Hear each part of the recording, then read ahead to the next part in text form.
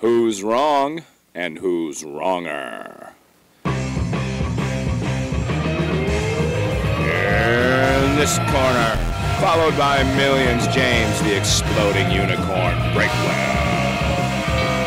And in that corner, ignored by millions, Steve Da Shrinko Leavers. Hey, everybody.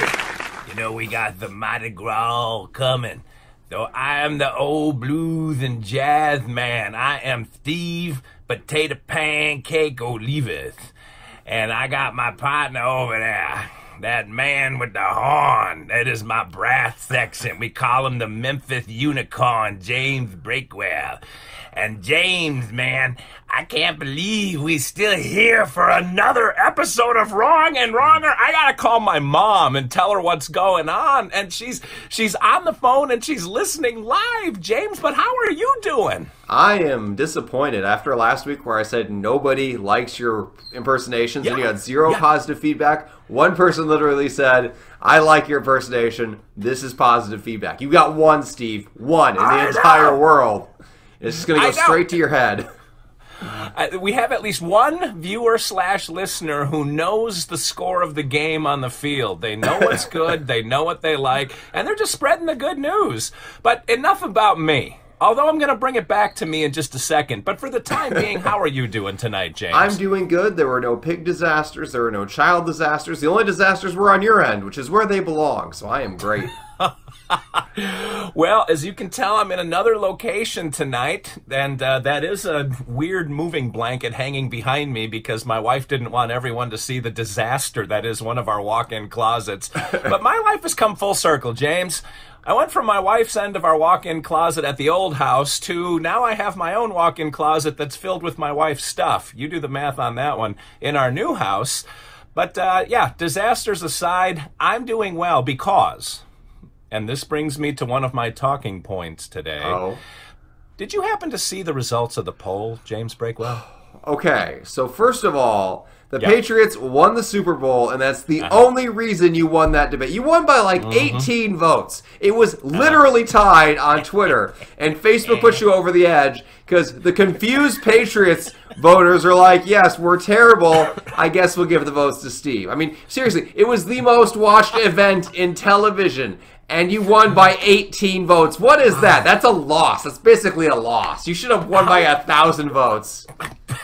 How long have you been sitting on that explanation, trying to craft it very carefully from nothing into something? That's a remarkable gift. Nothing. That's the truth. It's honestly the truth. I'm sorry to disappoint you, Steve, but the numbers don't lie. You won barely, which is basically a loss. Well, one of our crack interns apparently was sick this week, but the other one came through with the right answer, and that was an Olivas victory. See, and tied on Twitter. How weird is that? Yeah, well, you know what? That's the other thing. So it wasn't it's within a percentage, so it's rounding. Yeah. So obviously within that percentage, I'm sure I had the 18 votes I needed. I mean, you can go ahead and believe that, but... That's not the point I was driving at. It's so weird how you took it that way. I am the beacon of truth here. I'm sorry you don't know how numbers work. I'm just here to enlighten you. A beacon of baloney is what you are. But yeah, so the boys are back in town, man. Olivas back in the catbird seat. So now that the universe has been righted, we forgot, and by we I probably mean me, forgot to ask you what our topic is going to be this week. Well, it's one I'm sure to win whichever side I get. It is which is better for travel, flying or driving? Flying or driving. Yes. And also remiss was I, talking like Yoda I am, to mention that this is Wrong and Wronger, the podcast where James and I argue about stuff like this that on the surface seems meaningless, but underneath there is a bubbling, a brewing. We're like Mount St. Helens just waiting to explode. It's like you've eaten too much shank for dinner and now you're a beefy Vesuvius just waiting to blow. And that's what James and I have going on every week. I, of course, am a little better than him because I won last week. Yeah, that's what that means. The proof is in the pudding. Whatever, man. I can't keep educating you on how math works. It's like trying to teach math to a tree stump. It's okay. You just keep believing what you believe. All right. Well, it just so happens my mother's listening in live this week, and so it's probably a good week to have her because me being the victor have all the spoils. And we always begin, and this is the part my mother loves the most, when you compliment me. When you tell me something that she may not even have thought of, and she's thought of most of the compliments because she's a good mom. But what have you got nice to say about me this week, James? I am going to have to dig deep. I would like to compliment you for only being 3 minutes late. You are always exactly on time. And tonight, as your life fell apart because you couldn't find the part that goes to the other part that goes to the parks, there's always something missing. You did not call me at 9 o'clock or 9:01 or 9:02. It was 9:03, and only after I texted you. Believe it or not, I was about to send you a second message asking if you were dead, because given your advanced age and obvious lack of physical prowess, it was the next logical conclusion. I really thought you might have been like sprawled out on the floor of Journey 3 studio just waiting for resuscitation, and I was going to hope you had a DNR. I really was. I didn't want to save you. I just wanted to know if I could move on with my night. So I would like to compliment you for not being more late than 3 minutes. Congratulations on living, because I really, really thought you were dead. And kind of hope too. Wow. No kinder words have been spoken to me, at least in the last few minutes. That's fantastic. And yeah, for 3 minutes I was downstairs yelling at my wife about how I can't stand technology, and if I was Breakwell's age, I wouldn't be having these problems because everything just magically falls into place for you every week. But speaking of falling into place, I just want to wrap back. We're going to do what's called lotusing. I'm going to do a callback to last week and your pig story. That seems to have been the hit of the internet this week. A lot of people propping Breakwell for that pig story, and if you haven't watched or listened to Wrong or Wronger last week, you got to go back, because it's the majesty that is Breakwell, just flowing in an ad hoc kind of manner. Just stuff that happened to him not 5 minutes before was quickly assembled and delivered in a cogent and funny manner. And James, did you see all your positive feedback? No, I did not. I don't. I'll be honest. I almost never read the comments on the podcast because I think they can't possibly be good. There's no way a reasonable human being would listen to this and come away with a good impression. So like, oh yeah, I have to shield myself. So if people actually liked it, which shocks me beyond belief, I will go back and read those comments. I don't know. I have half of your followers blocked anyway for all the horrible things they've said to me. But the ones that still slid through, they were really tipping their cap. Well, that's to James Breakwell. Pretty amazing. So thank you to the ones who haven't been blocked. You guys are great. Well, as per usual, I am about to flip the Guam quarter of fate. And James, what do the two sides represent for you? Heads, I'm flying. Tails, I'm driving. Heads, you're flying. All right, flying heads. It is up, it is down, and it is actually Guamish today. Ooh. You, sir, are driving. Well, thank goodness, because that is the method of travel by which all reasonable people want to go. You only fly when you absolutely have to. When you're going to cross an ocean, or when driving there would use up too many days of your vacation, you say, okay, I guess I'll bite the bullet, pay an absurd amount of money, go and get there 3 hours early, get through, security, get on the plane, risk sitting next to the Steve Olivas, or, some gigantic human being who probably hasn't showered in 3 weeks. Nobody ever... I like that you put "the" in front of my name. That makes it so much more regal. I mean, nobody ever has good flying stories. Nobody comes and says, boy, that was a dream experience. But when somebody lands for a flight, they give you a laundry list of every single thing that went wrong. Every flight is like that. Let me tell you something. When I went to Detroit for a convention last February, yeah. They offered to fly me, and I looked at the map, and it was a 4-hour drive. I said no. Even though I could fly there in like an hour, by the time I drove to the airport, checked in, went through everything, waited for the flight, landed there, rented a car, there was no challenge. I just drove there in 4 hours. I had my own car. I didn't have to check my baggage. It was all right there in my trunk. Easy as could be. And here's the other thing. When you fly, you end up having to get a car at the end of it anyway. You don't fly like directly to your hotel or directly to your house. There's still going to be vehicular transportation anyway. So unless you're going in extreme distance or crossing a body of water, driving is the way to go. And you've got no leg to stand on this week. James, I don't know if you've ever been stuck in the car with all of your children before. I'm going to go out on a limb and guess you have. That 15-minute journey to daycare or their school, could there be a more trying part of your day? You've got yelling, you've got fighting, you've got vomiting. I remember I got a brand new car when my son had just been born and had leather seats. I'd never had a car with leather seats. We were broke for most of our marriage. And the kid vomited all over the leather seats. And I knew it was coming and I couldn't stop it. And I think, why do I want this misery in my life? If the kid vomits, let it be a stewardess's problem to clean it up. Or flight attendants or whatever. You're the worst person to fly with. Now, flying, man, it's perfect because you can read a magazine, you can listen to tunes, you can watch a movie, you can talk to the Steve Oliva sitting next to you.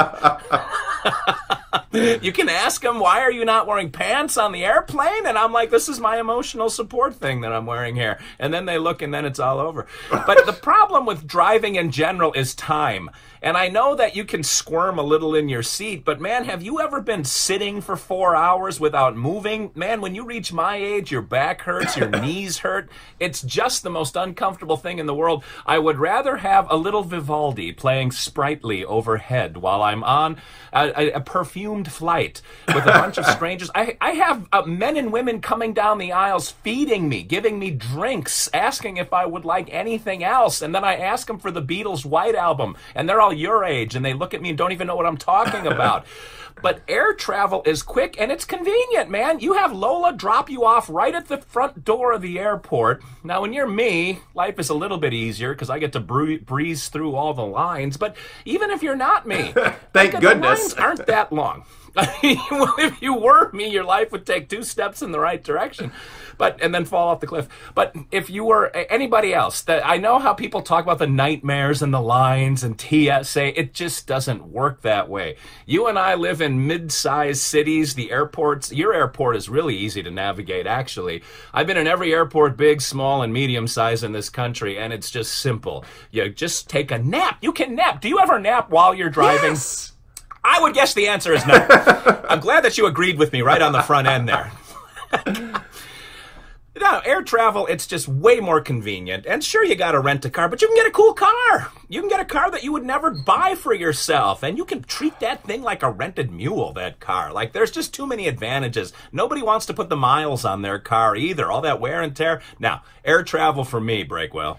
Okay, I'm gonna blow your mind here with something. But when you're driving, if your back hurts, this'll be a first, okay, right. Get ready for it. You can Right. park the car wherever you want. You can pull off at a rest stop or a gas station or a park, whatever, and you can get out and you can stretch. You can stop for a minute. You can stop for an hour and get something to eat. You can stop for 2 hours. You can pull over at a hotel. You can do whatever you want because when you are in the car, you are in control. When you are on that airplane, you are locked in, and they're not going to let you go and do wind sprints up that aisle. They're not going to let you get up and stretch. If you get up, it's to go to the bathroom, and then you get back to your seat and you sit down. You are trapped. You are on the log flume. You are locked in. You're on the rails, and there's no way off. When you drive, you have total freedom. And here's the thing: you're married. I'm married. You trade off with the spouse. Usually, when we drive places, I have Lola drive, and then I can sit there. I can write books. It's amazing. We've got. You want to talk about snacks and stuff? We've got a whole thing of snacks in there with us. If you're flying on the airline, they give you one tiny little bag of pretzels, like half a glass of pop, and then if you want more than that, it's going to cost you $75. I mean, it's just exorbitant fees, if they even have anything. Some places, even for any amount of money, they won't give you stuff because they just don't carry it because they've cut everything to the bone. There's nothing there. Whereas when your own vehicle, you get infinite snacks. And you want to tell me that I should take my 4 kids flying? No, never. There's no way I will ever take all 4 of them on an airplane, especially not at this age. But I put them in the minivan. I flip down the TV. They watch their show. I put in my headphones. I listen to music. I read books. I write books. I take naps. It's amazing. Then I rotate with Lola. I drive, and she does all the same things I just did. It is convenience incarnate, and flying is a scam. Not to mention the fact that I can do it for a fraction of the cost. I mean, gas is what, like $2.30, $2.40 a gallon right now? How much does it cost to fly, Steve? How much does it cost to fly? Southwest runs $99 sales all the time. And I'm sure that's what you're flying, huh? The Steve Olivas is flying $99 Southwest? I don't think so. I don't No, someone else buys my tickets for me. But James, if you had to go on a vacation to the Grand Canyon, your kids would be in college by the time you got there. Like, why do you want to wreck all of your vacation? Come on. Air travel, the only way to go. You get there, you got all the time in the world. Plus, when you go west, you get all that time back. It's like time stands still when you're in the air. It's a fantastic thing. You ought to look into it. They invented airplanes a while ago. You know what is really terrible? When you are on an airplane with kids and your kids are awful, they're awful with an audience. So when my kids are awful in the minivan, no matter how terrible they are, me and Lola are the only ones on planet Earth who see that. But you know what? I get on a plane and they act up. And oh my gosh, there's going to be 80 people who want to throw me off that plane. It's going to be terrible. They're going to call the air marshal. I'm going to get arrested. It's just going to be a disaster. In my own car, my own business, I can solve that my own way. It's the Wild West, and nobody has to know about it. It is the perfect solution. Tased Breakwell. Yeah, there's no, I mean, I can't imagine the amount of pressure it would be. You see those poor saps who do fly with kids. Like, and they call over the intercom. You know, if you're riding with a small child, you can board first. And you see them when they're carrying the car seat over their back, and they got the kid on their lap, and they got 75 bags to take with them. And you look in their eyes, and there is just despair and defeat. And I never want to be that person. I will drive if I have my kids in the car, no matter how long it takes. And if I can't drive there, I'm just not going to go. And that's the easiest solution of all. James, there will come a point in your life where you think, you know what, it's worth biting the bullet and dropping a couple extra bucks into this because I'm worth it. I am worth someone else pampering me. And if your kids act up, you know what actually happens? There's a bunch of stuffy guys in suits that are going to give you the stink eye, but most of the time, you'll get people being like, oh, dude, man, I've been there. I feel for you. Like, there's a whole lot of bonding among the parents. You'll get a couple free drink tickets slid your way, and that's really the least that I can do. But it's a communal experience on the plane because as Billy Joel sang in Goodnight Saigon, we will all go down together. And so everyone kind of bonds together, unless there's crazy people with those emotional support llamas that they bring on the plane, or peacocks or whatever they have, or pelicans, or mine was an otter named Squeaky. But the point is, you won last week. How did you win last week? This is how you always are. You know what's great? There are very few times I catch you off guard and make you bust out laughing, and I love those. I live for those moments. That's great. Anyway, air travel's the way to go. You got to shake the dice and get us out of here. All right. Yeah, but you know what, though? I can't imagine flying with you. You're bonding with other passengers. When I got on an airplane, my only goal is to talk to no one, to have eye contact with no one, to sit there, put on my headphones, look straight down. You're over here bonding with people. I can't even. Let me go get the dice and get us out of here. Oh I'm a very sociable creature. What are you going to do? You are everything that's wrong with air travel today. Everything. Do you know how many times my wife has said, will you please stop talking to people? Probably should just say, will you please stop talking in general? She's the person she doesn't want you talking to. There's a subtext. Yeah. All right, let me roll the dice here. If you want to vote for driving across the great roads of America, vote. Which you wouldn't, but yeah. Vote for 64. If you are insane and want to be stuck in a security line at the airport for the rest of your life, vote for 51. And if you want to throw your vote away, vote for the number 6. Just the number 6. All right. The number 6, of course, is 1/3 the number of the beast, so you wouldn't vote for that anyway. 51 is like more than half. That is 51%, and that is the way you have to sway your votes, because that's roughly what I won by this week. And if you really were supposed to drive, James would have had 66, not 64. Is there a Route 64? Probably, but it goes through Wichita. Nobody wants to be there anyway. So you know exactly what the plan is laid out before you. I'm not going to be a smug next week, because I'm not going to need to drive it into Breakwell that I finally won, because I'll have 2 in a row, and I'll be on a streak that's probably never going to end. But until then, tune in next week when you'll see us do all of this another time. I'll probably be in another location, although I'm actually home next week. I'm traveling to Western PA this week. I can't even remember where the hell I am. Until then, this is Steve, Dr. Steve Olivas, talking for James, the exploding unicorn Breakwell, saying thanks for watching, thanks for listening. Subscribe to those channels, folks. That is our lifeblood. And remember, 2 wrongs can make a right.